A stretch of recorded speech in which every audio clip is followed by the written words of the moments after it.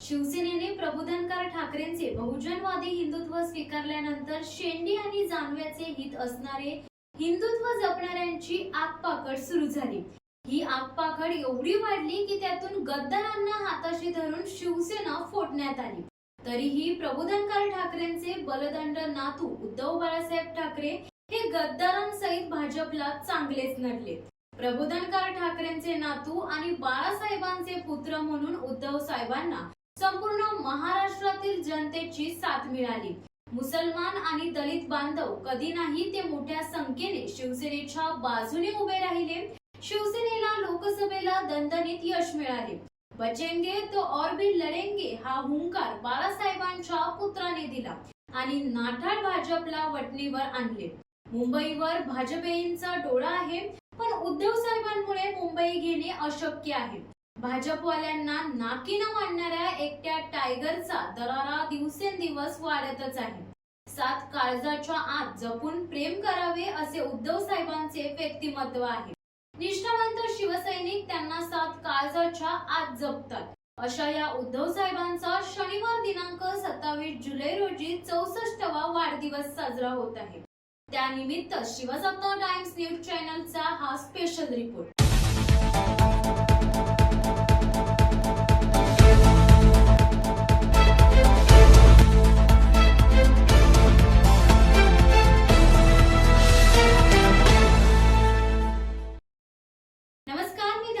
आपण पाहत आहात शिवसत्ता टाइम्स न्यूज। उद्धव ठाकरे हे बाळासाहेब व मीनाताईंचे शेवटचे अपत्य। बिंदू माधव, जयदेव आणि उद्धव अशी ही त्रिमूर्ती भावंडे। उद्धव ठाकरे यांचा जन्म 27 जुलै 1960 रोजी मुंबईत झाला। शालेय शिक्षणानंतर त्यांनी पदवीचे शिक्षण मुंबईतील जे स्कूल ऑफ आर्ट्स मधून पूर्ण केले। पत्नी रश्मी ठाकरे, आदित्य आणि तेजस ही 2 मुले असा त्यांचा परिवार आहे। उद्धव ठाकरेंना फोटोग्राफीची आवड आहे।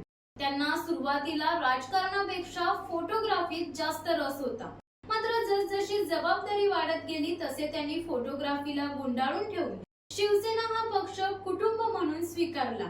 उद्धव ठाकरेंच्या राजकीय जीवनाची सुरुवात विद्यार्थी दशेपासून झाली।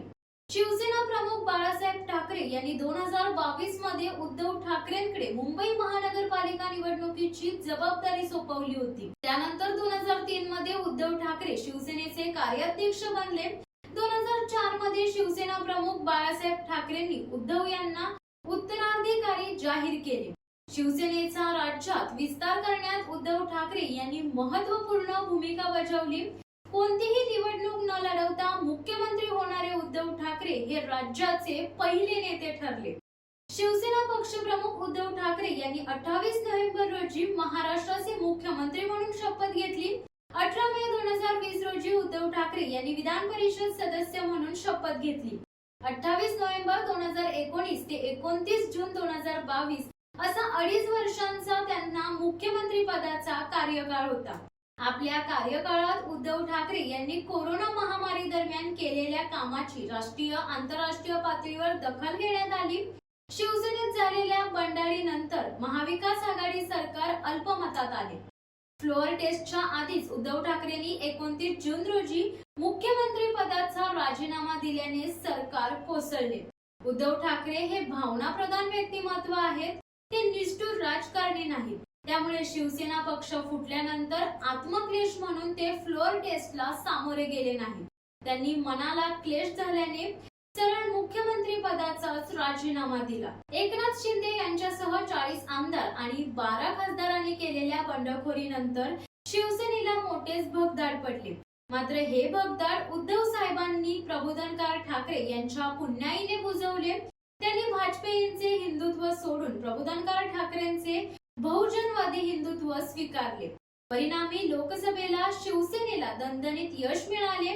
पक्षबांधणीसाठी उद्धव साहेबांसोबत त्यांचे पुत्र आदित्य ठाकरे यांनीही मेहनत घेतली। राज्यभर दौरे केले आणि शिवसेनेला एका नव्या रूपात उभे केले। लोकसभेच्या यशानंतर शिवसैनिकांना मोठे सेलिब्रेशन उद्धव ठाकरे यांच्या 64व्या वाढदिवसानिमित्त 27 जुलै रोजी करता येणार आहे। शिवसैनिक उद्धव ठाकरे यांचा यंदाचा वाढदिवस मोठ्या धूमधडाक्यात साजरा करण्याच्या तयारीत आहेत। दरवर्षी 27 जुलै रोजी उद्धव ठाकरे यांच्या वाढदिवसाला शिवसैनिकांसह सामान्य नागरिक आणि विविध क्षेत्रातील मान्यवर मातोश्री निवासस्थानी येतात. उद्धव ठाकरे यांना शुभेच्छा देण्यासाठी मातोश्री बाहेर रांगा लागतात. यंदा या रांगा मोठ्याच मोठ्या असणार आहेत, कारण या रांगेत फक्त निष्ठावंत लोकच म्हणजेच शिवसैनिक असणार आहेत. पुष्पगुच्छ, पुष्पहार, शाली, फोटो फ्रेमच्या रूपात शिवसैनिकांकडून उद्धव ठाकरे यांना शुभेच्छा दिल्या जातात. भेटवस्तूंपेक्षा शिवसैनिकांचे प्रेम या ठिकाणी अधिक जाणवते. तुम्हाला हा व्हिडिओ कसा वाटला हे आम्हाला कमेंट करून नक्कीच सांगा. त्याचबरोबर तुम्हाला असे नवनवीन व्हिडिओ पाहायचे असल्यास आमच्या शिवसत्ता टाइम्सला सबस्क्राईब करा. तुर्तास धन्यवाद. दे धडक बेधडक वृत्त देणाऱ्या आपल्या शिवसत्ता टाइम्स न्यूज चॅनलला लाल बटन दाबून सबस्क्राईब करा आणि बेल आयकॉनला क्लिक करायला विसरू नका.